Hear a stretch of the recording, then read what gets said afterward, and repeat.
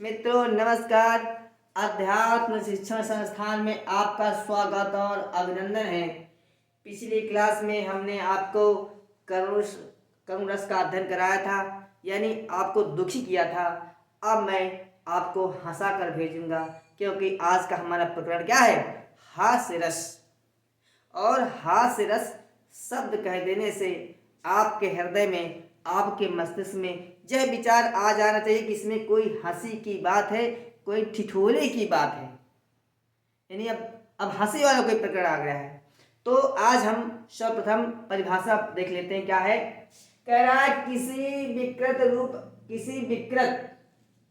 रूप, आकार, वेशभूषा, वाणी और चेष्टाओं को देखकर हास्य नामक मनोविकार के परिपुष्ट होने पर जो भाव हृदय में उत्पन्न होता है उसे हास्य रस कहते हैं।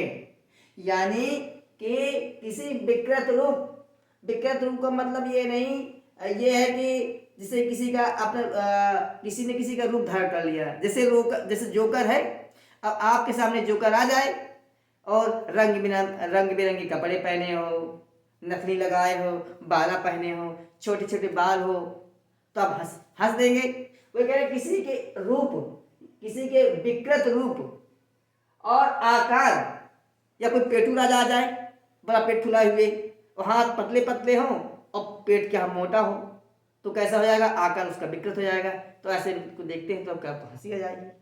उसके बाद क्या है? वेशभूषा, वही पहनावा को देख करके। और वाणी, कोई हंसी मजाक का प्रकरण चल रहा हो, चुटकुले चल रहा हो, कहानी चल रही हो, हंसी वाली। और चेष्टाओं को देख करके, यानी शरीर के हरकत द्वारा शरीर कुछ कर दे रहा, जैसे आप देखते हैं जोकर रंग बिरंगे कपड़े पहने रहता है, ऐसे ऐसे चलता है, ऐसे ऐसे करके। तो क्या हुआ? आपको हंसी आ रही, जिस प्रकार से आप नौटंकियों में या अन्य प्रोग्रामों में देखते हैं कि जोकर आप कितना हंसाता है, तो वही हंसी ही आपका हास्य रस है, क्योंकि आपके हृदय में हास्य नामक स्थायी भाव विद्यमान था। लेकिन परिस्थितियों को देखा, कंडीशन को देखा, सुना, आपने सुन लिया कहानी सुन लिया, हंसी वाली तो हंस पड़े, कविताएं सुन लिया आपने, हंसी वाली तो हंस पड़े। तो जब जो वो स्थायी भाव, हंसी जका जो माहौल था, वही स्थायी भाव जो हास्य था, वही हास्य के रूप में प्रकट हो गए, अर्थात आप हंसने लगे।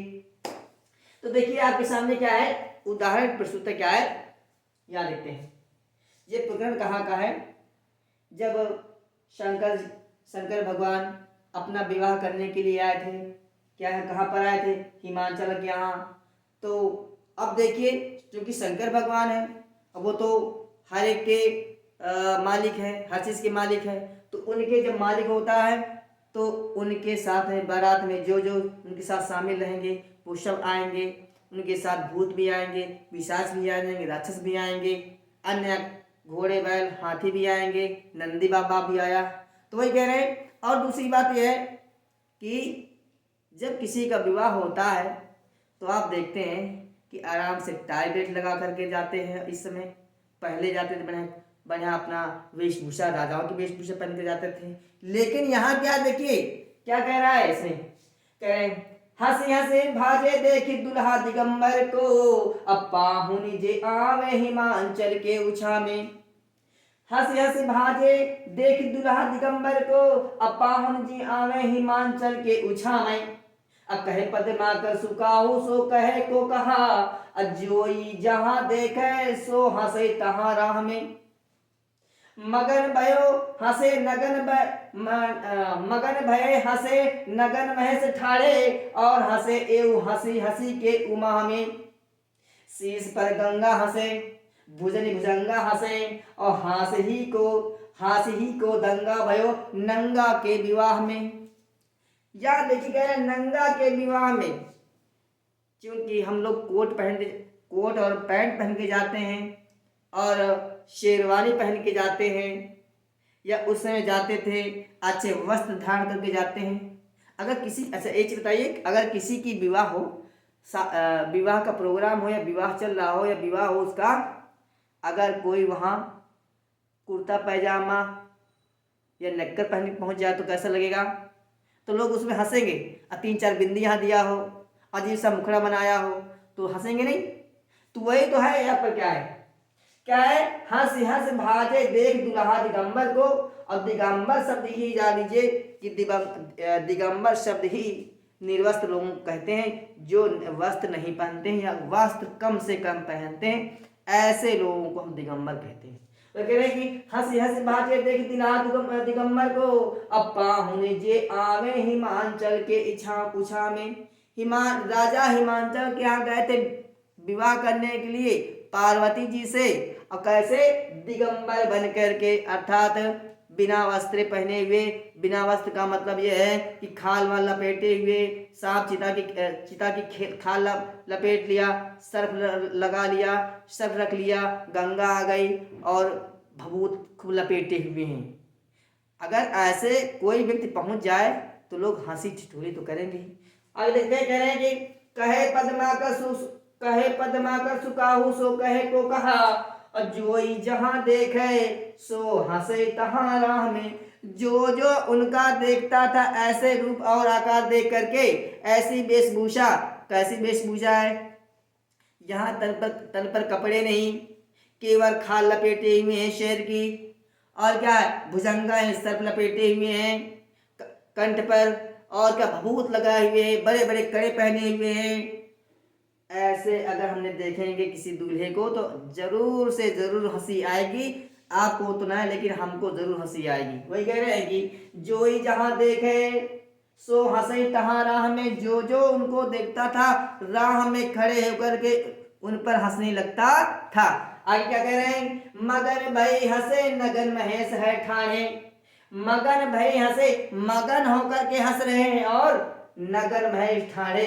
और क्या है? नगर महेश खड़े हैं, अर्थात वो निर्वस्त्र खड़े हैं। कहने का मतलब कम से कम वस्त्र पहने हुए हैं और वहां लोग उन पर हंस रहे हैं। और क्या है?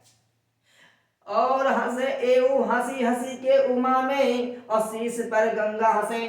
शीश मस्तक पर गंगा हंसे, गंगा जी आई थी। और भुजंगा हंसे, और क्या? भुजाओं में भुजंग हंसे, तो सर्प हंसे। और क्या? हंसी को ही दंगा भयो नंगा के विवाह में।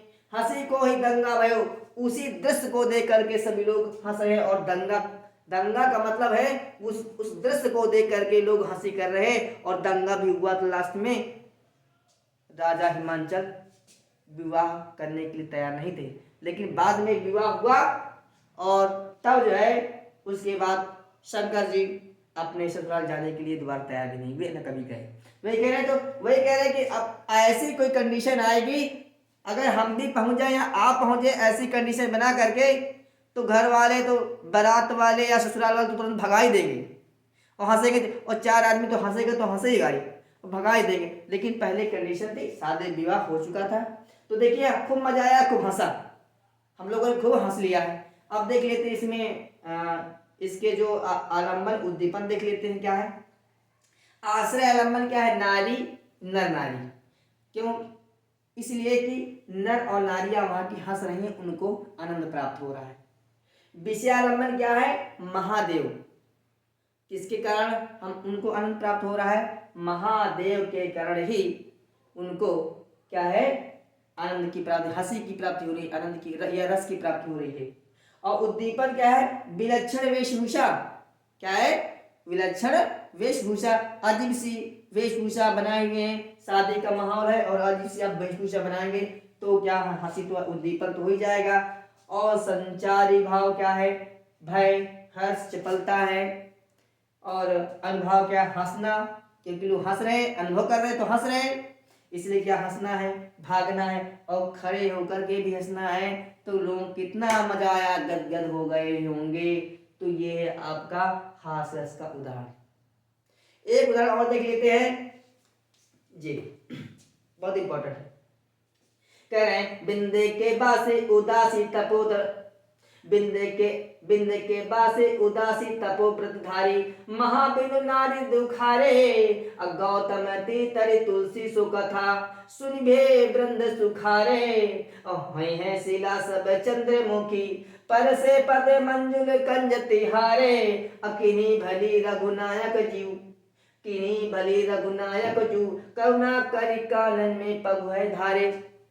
करे कानन में जंगल में क्या है को पग धारे, अपने पैरों को रख दिया है रामचंद्र जी। ये रामचंद्र जी के पैरों को पड़ते ही क्या हुआ, अब करुणा मैंने करुणा कर दिया है, दया कर दिया है, किसने, रामचंद्र जी ने।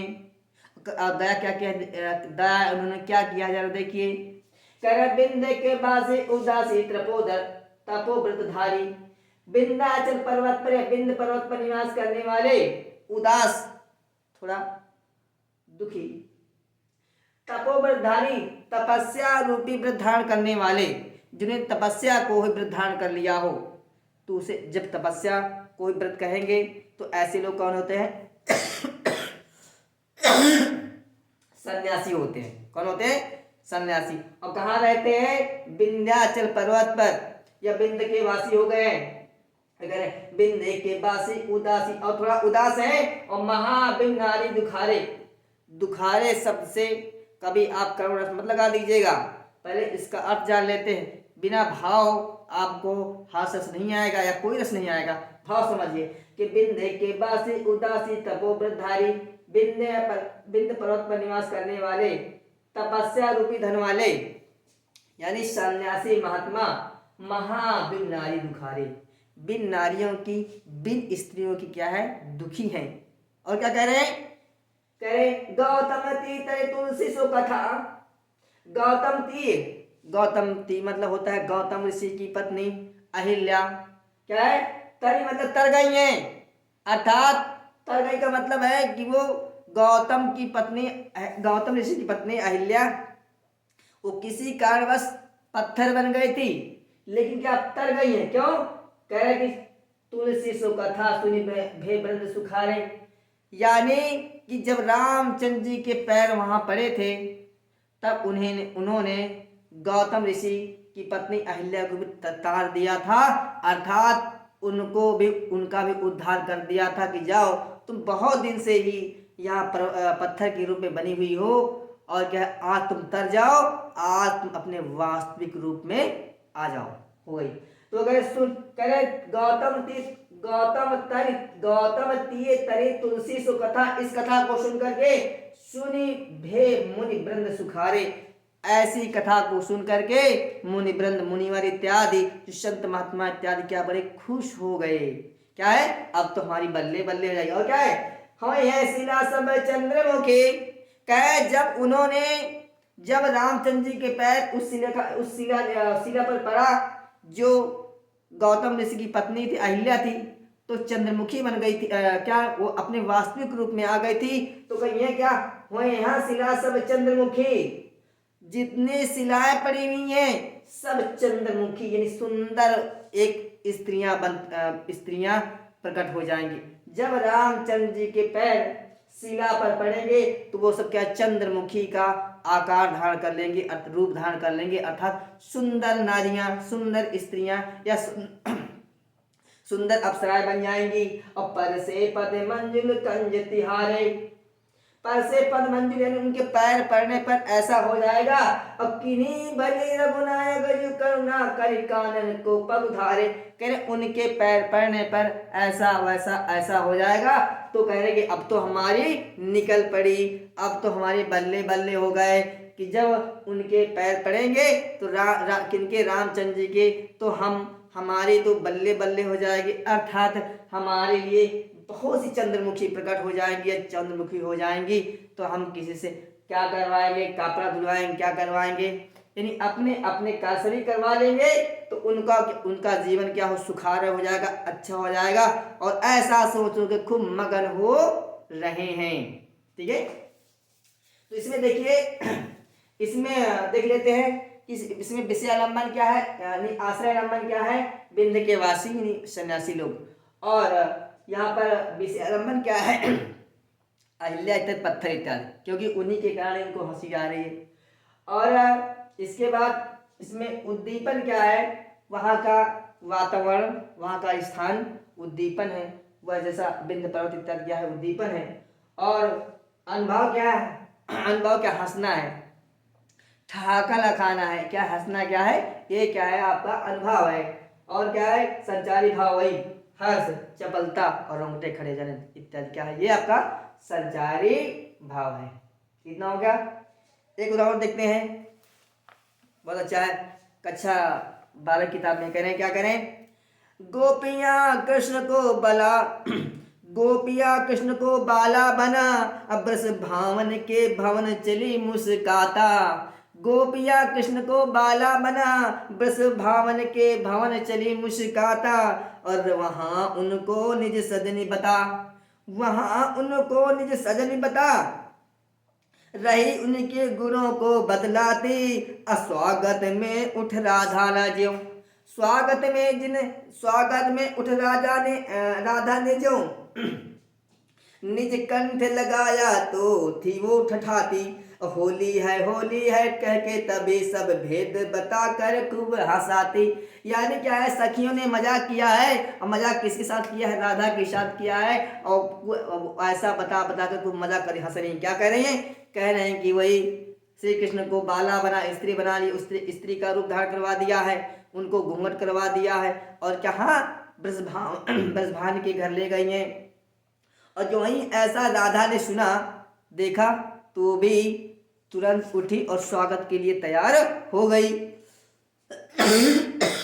उसके बाद क्या हुआ, जब तैयार किया तो धीरे धीरे क्या, जब वो उनसे कुछ कहा, जब उन्होंने बोला होली है होली है होली है, तब क्या हुआ उनकी आवाज पहचान गई कृष्ण की। राधा खूब ठहा करके हंसी, खूब मजा करके हंसा। तो इसमें क्या है, इसमें गोपिया इत्यादि क्या है आश्रय लंबन है, और कृष्ण क्या है विषयालंबन है। क्या है, गोपिया क्या है आश्रय लंबन है, और श्री कृष्ण क्या है विषय अलंबन है।